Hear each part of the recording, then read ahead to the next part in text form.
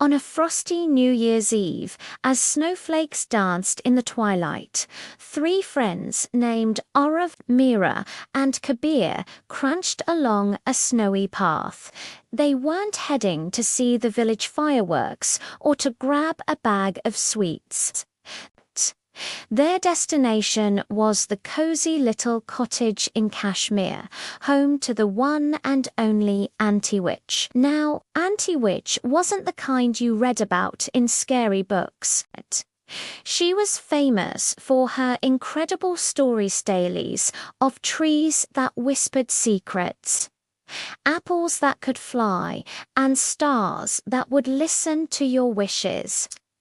Every single New Year's Eve, she would gather the children and tell them a brand new, never-before-heard story to welcome the year. It was the best tradition in the whole village. The children reached her crooked wooden door, their breath making little clouds in the cold air. Arav raised his hand and knocked gently. Knock, knock. The door creaked open just a sliver, and Aunty Witch peeked out. She was wrapped in a thick woolly shawl, and her voice was just a soft whisper. "Oh, my dears," she said with a weak smile. "I'm so sorry, but I'm afraid there will be no stories tonight. I'm not feeling well at all." The children's faces fell. They peered past her into the cottage. The usually roaring fireplace was just a pile of dimly glowing embers, and a chill hung in the air. They saw how pale her face was and heard the gentle cough that followed her words.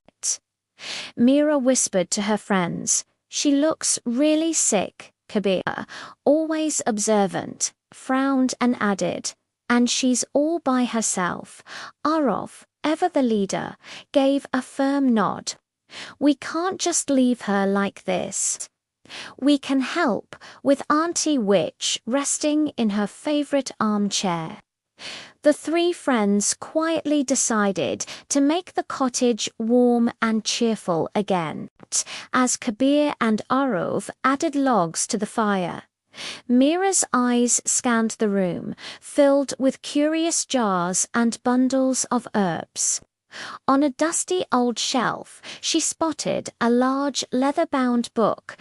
Golden letters on the cover shimmered in the faint light, spelling out Aunty Witch's secret recipe book.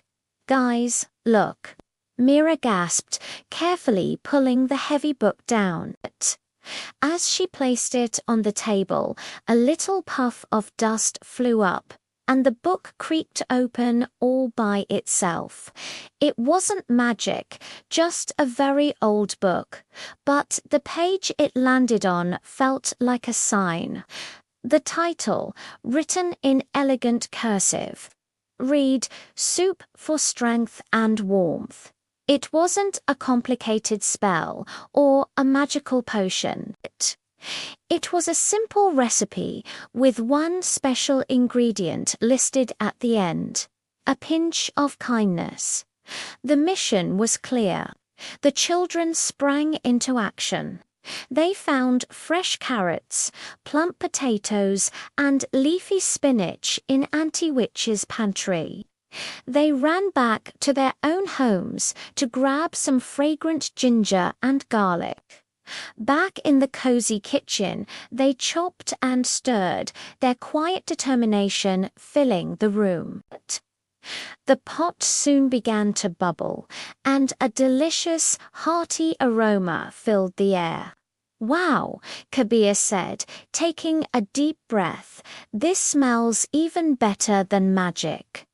They carefully poured the steaming soup into a bowl and brought it to Aunty Witch. She looked up, surprised. With a gentle hand, Arav helped her take the first sip. Her eyes widened. She took another, and then another. A lovely rosy color returned to her cheeks. "Oh my goodness," she smiled, her voice already sounding stronger.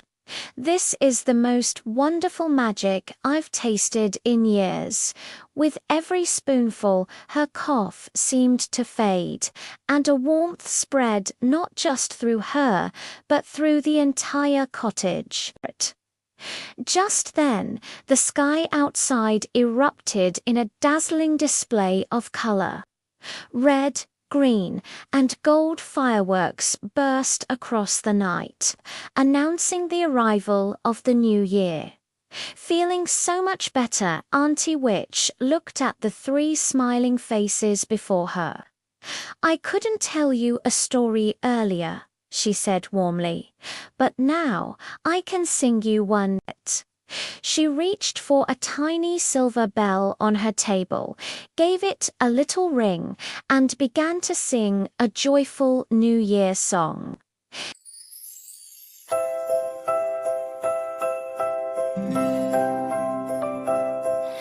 Snow was falling down, cold was every room. I was sick and all alone, wrapped up in my gloom. Then I heard a knock, warm smiles at my door.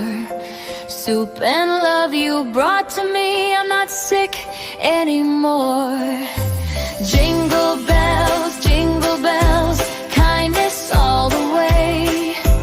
Helping hearts and caring hands make magic every day. Hey, jingle bells, New Year shining bright. Thanks to you, my dear sweet friends, my heart feels warm tonight. Not a spell or wand, not a magic brew. Kindness was the strongest charm, and it came from you. As the new year starts, hear my promise true. Love you give will come right back, magic lives in you.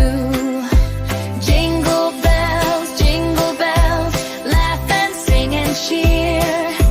Helping others, sharing love, that's the best New Year. Say jingle bells, New Year shining bright. Thanks to you, my dear sweet friends, my heart feels warm tonight.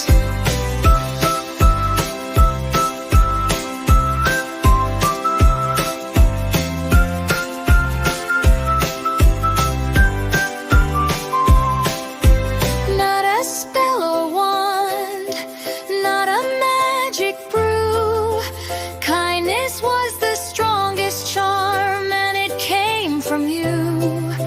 As the new year starts, hear my promise true. Love you give will come right back, magic lives in you.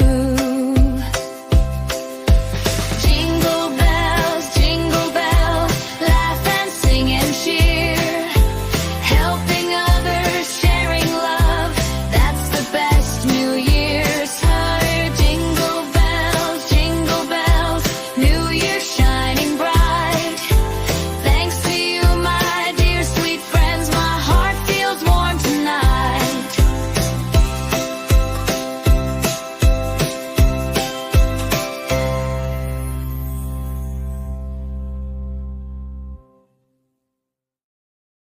It was a song of thanks, a song of friendship, and a song about how the greatest magic of all is kindness.